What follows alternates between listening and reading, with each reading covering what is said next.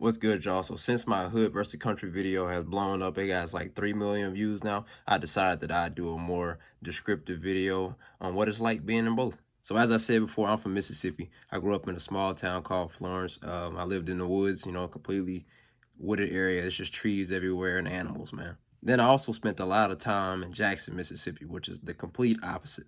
So I'm gonna start with the hood. In my experience, there are two types of hoods. Now, one of them is the one where you ain't really got to worry about too much. It's just some simple rules you need to abide by. The number one rule is mind your business. Just like in most places, minding your business can save your life. If you find yourself in a hood at night, I suggest that you move fast and with purpose. Because while in some neighborhoods, won't nobody bother you, as long as you ain't, looking too suspicious and whatnot, you're going to be good. But then there's the complete opposite where you can get killed for anything or nothing. A few years back, people were getting shot in Jackson, Mississippi for stopping at stop signs. So even abiding by the law is a problem sometimes. However, most of the time in the hood, when there's dangerous stuff going on, it's not just senseless things, man. It's usually gang violence or beef that people done had that they ain't settled. The innocent people you hear about dying are usually just some strays because people can't shoot. Which adds up because, if I had an illegal firearm, I probably wouldn't go to the gun range either. And as a result of that, every time it's a shootout, somebody, grandma or pit bull puppy, then got shot because these folks ain't got no aim. Then you got the fiends. People underestimate a fiend, but understand, if they ain't got they fix, it ain't just about anything that they won't do to get it. Robbing you and killing you are not out the question. I would honestly say you had a bigger threat from them than you do from the people in the gangs. And then comes the last problem.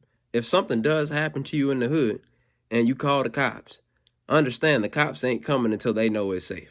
So if you ever wondered why people don't call the cops in the hood, now you have it. If you get shot in the hood at night, you go ahead and call on Jesus because them cops ain't coming no time soon. But the plus side of the hood is you got street lights, you got 7-Elevens because it's always one of them on the block. And if all else fails, just act like you homeless. Now the country at night is a different story. Being black in the country at night is like a superpower. I've won many a games of hide and seek in them woods. If you don't have survival skills, this is not the place you want to be. If you truly off in them woods and you walk too far from there and get lost to the point where you can't find civilization again, it's over with for you. In Mississippi, there's a plethora of animals out there in the woods that can absolutely put you on a t-shirt. Now, if you're a card-carrying member of the country club, you're not really worried about that because you're probably going to have a gun on you. If not, I hope you're right with the Lord because it's probably over with for you. Things you're going to have to worry about the most: rattlesnakes, wild hogs, ticks, and mosquitoes. Yes, I did say mosquitoes. Mississippi mosquitoes ain't no joke. I went outside one time and seen a mosquito had a buzzard in the headlock. A Mississippi mosquito was more like a vampire lord from Skyrim. A Mississippi mosquito could drink Magic Johnson blood and survive. There's also a chance you get West Nile if they bite you. In the woods, it's only two sources of light: the moon and whatever you brought with you. And if you ain't got neither, I hope you got night vision. You could honestly be safe in the woods, and just the sounds that you hear probably have you ready to shit yourself. Then, of course, the no trespassing signs. Now, this is one you don't want to play with because people that got them signs is just waiting for the opportunity to beam somebody. There is a lot of people that have deer cameras on their property, so when you think that they ain't gonna know you there, they looking at you. And best believe they got a multiplicity of guns that can get you from where they at. See, when you hear gunshots in the hood, you should take off running. When you hear gunshots in the country, you should probably ask if anybody got deer sausage. I tell you this with confidence, you would much rather get shot at in the hood than in the country because people in the country actually got aim. There's a toddler in the country that can shoot a fly off a horse's ass from 500 meters out. Now, despite popular belief, rednecks is some of the most friendly people you ever cross in your life. I'd say the only difference between a country white person and a country black person is the way that they dress. And to be honest, that's damn near the same. We all like bonfires, hunting, fishing, driving four-wheelers and ATVs, mud riding, all that. So that being said, they more likely to help you than somebody in the hood. In the hood, they'll probably ask you if you lost.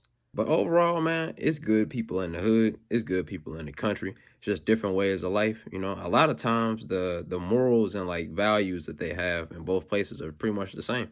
Just some people live in a more unfortunate situation. And, there's people trying to make the most of that. And then, likewise for people in the country. Not every hood is just some violent place where people just getting killed and robbed all day. And not every place that's country got a bunch of races in it. The problem is people make that judgment based off the skin color of the people that live there, and that ain't right. As somebody that came from the bottom, I seen what it was like in the hood, and I seen what it's like in the country, which is, personally my favorite place to be. And now somebody lives in a suburb where it's quiet and people probably feed birds. I'd say this to anybody: don't judge the people until you get to know them. And don't think just because you ain't in the hood, something can't happen to you, because it'd be a lot of wild stuff going on in the suburbs too. regardless to where you at, man, be aware of your surroundings, you know, protect yourself and learn some survival skills because you never know what's going to happen, man. I appreciate y'all watching my video, man. Y'all be easy. Don't talk like one of them. You're not. Even if you'd like to be. To them, you're just a freak. Like me.